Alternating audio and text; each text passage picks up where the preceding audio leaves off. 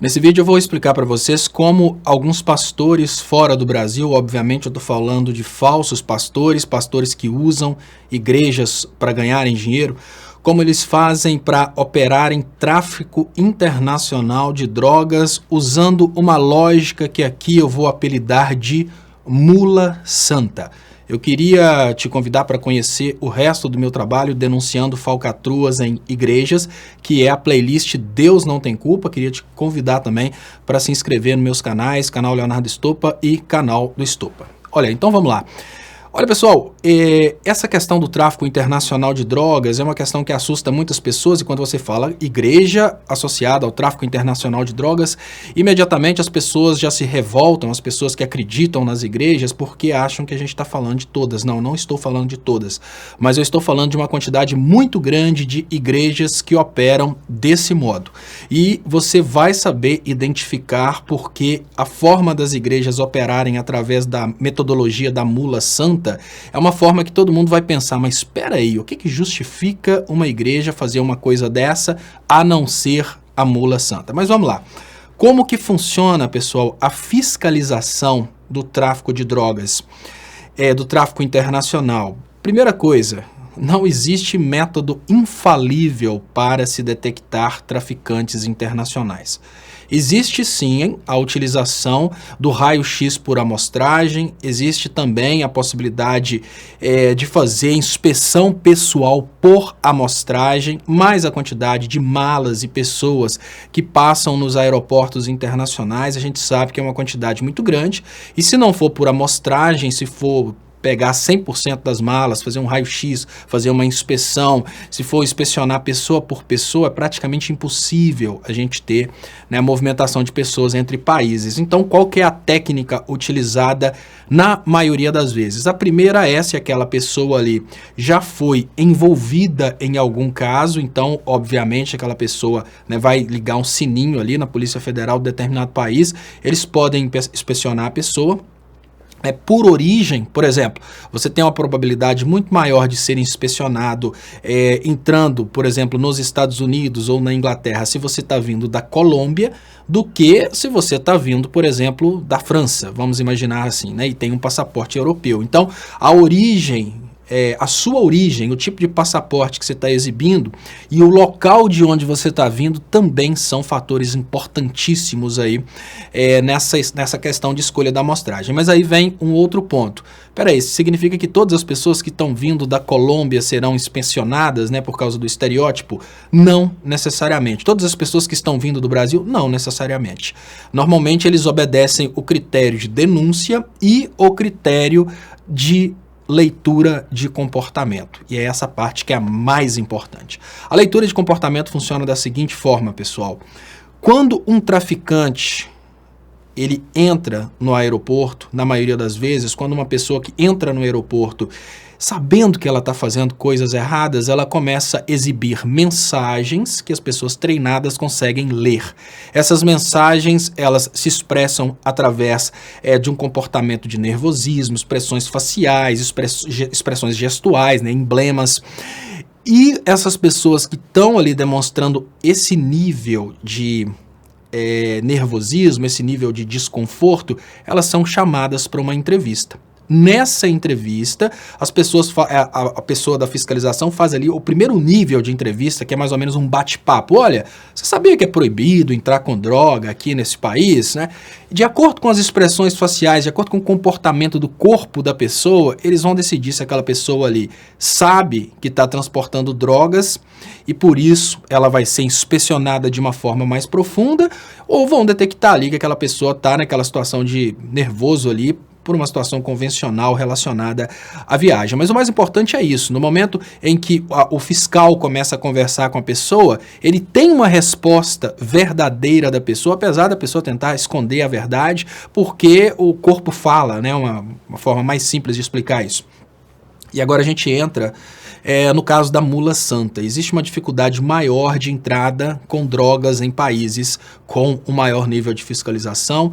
A gente sabe disso, por exemplo, Na Inglaterra é muito mais difícil, no Reino Unido, porque é uma ilha, uma fiscalização muito grande, e eles têm realmente um treinamento muito forte nesse sentido aí de expressões, linguagem do corpo e etc. E aí entra a parte da mula santa, que para mim, é uma grande covardia. Muitas igrejas brasileiras, que estão em países desenvolvidos, eles criam formas de levarem pessoas para esses países, convidam essas pessoas como se essas pessoas fossem participar de missões, e é agora que você vai se identificar, porque você vai conhecer provavelmente você vai conhecer, se você mora fora do Brasil, você vai conhecer um caso desse. É impressionante como existem vários. Funciona da seguinte maneira: o impostor, porque um pastor de verdade jamais faria isso, o impostor vira para uma pessoa que está fora do país e pergunta se essa pessoa não conhece alguém que poderia vir do Brasil para ajudar um pouquinho na obra e eventualmente trazer alguns instrumentos ou coisas que ficaram para trás, aparelhos. Olha, pessoal, eu já começo falando com vocês, não há pertinência em trazer algum equipamento deixado no Brasil para um país europeu, porque o equipamento tem mais valor no Brasil pela questão tributária do que se esse equipamento estiver na Europa. Então é muito melhor comprar de novo, seja um instrumento musical, seja um aparelho de som, seja um computador, seja um televisor, mas sempre aparece ali o fiel falando: olha, meu primo é doido para vir para cá, mas ele não tem condições de pagar a passagem. Não, a obra paga a passagem dele. O impostor pega o dinheiro da igreja, compra uma passagem para um fiel do Brasil e fala: é porque eu estou precisando mesmo trazer isso, isso e isso. Esses objetos que o impostor está pedindo para aquela pessoa trazer do Brasil são objetos lotados com pasta base de cocaína. Esses objetos vão ser trazidos por uma pessoa que acha que está indo para a Inglaterra para cumprir um papel relacionado à missão de Deus. E olha que coisa extremamente eficiente. A probabilidade desses equipamentos passarem no raio-x é uma probabilidade muito pequena. O cara é, obviamente, instruído de onde colocar os equipamentos para que eles não estraguem e etc. A droga é colocada de uma forma que realmente ela passa despercebida. E ali, a probabilidade daquele equipamento passar por um raio-x é uma probabilidade muito menor do que aconteceria se aquele cara tivesse sabendo que ele está transportando droga. O cara entra dentro do aeroporto, na maior tranquilidade do mundo, imaginando que ele teve um chamado de Deus, está levando eventualmente algumas coisas para o pastor, que comprou a passagem com o dinheiro da igreja, e ele chega lá, entrega aquilo para o pastor, e ele fez um trabalho de mula, que normalmente outros países aí investem muita grana e colocam cápsulas de drogas na barriga das pessoas.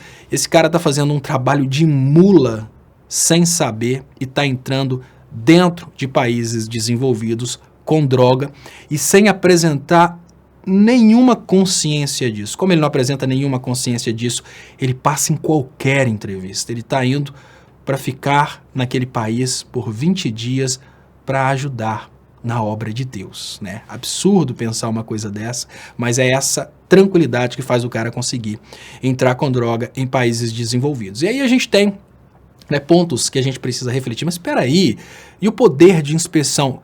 Esse poder de inspeção que eles falam é um poder de inspeção limitado. Eu volto a dizer, a probabilidade desse cara ser pego porque a mala dele passou ali no raio-x, sim, mas é por amostragem. Não há possibilidade de todas as malas passarem. E essa amostragem, eu não tenho os números, mas eu poderia chutar que não passa de 5% por questão de pertinência. Quem conhece um aeroporto internacional sabe que o nível tecnológico para a gente conseguir fazer raio-x em todas as malas que passam ali, ele colocaria praticamente inviável qualquer tipo de viagem, né? É mais ou menos assim, se todo passageiro que for entrar, né, com 3, 4, 5 malas dentro do aeroporto, se ele for passar todas aquelas malas, né, as malas grandes num raio-x, realmente fica muito difícil. E ali o cara entra, o cara leva a droga e mais, se a mula santa for pega, o pastor não sabe de nada daquilo.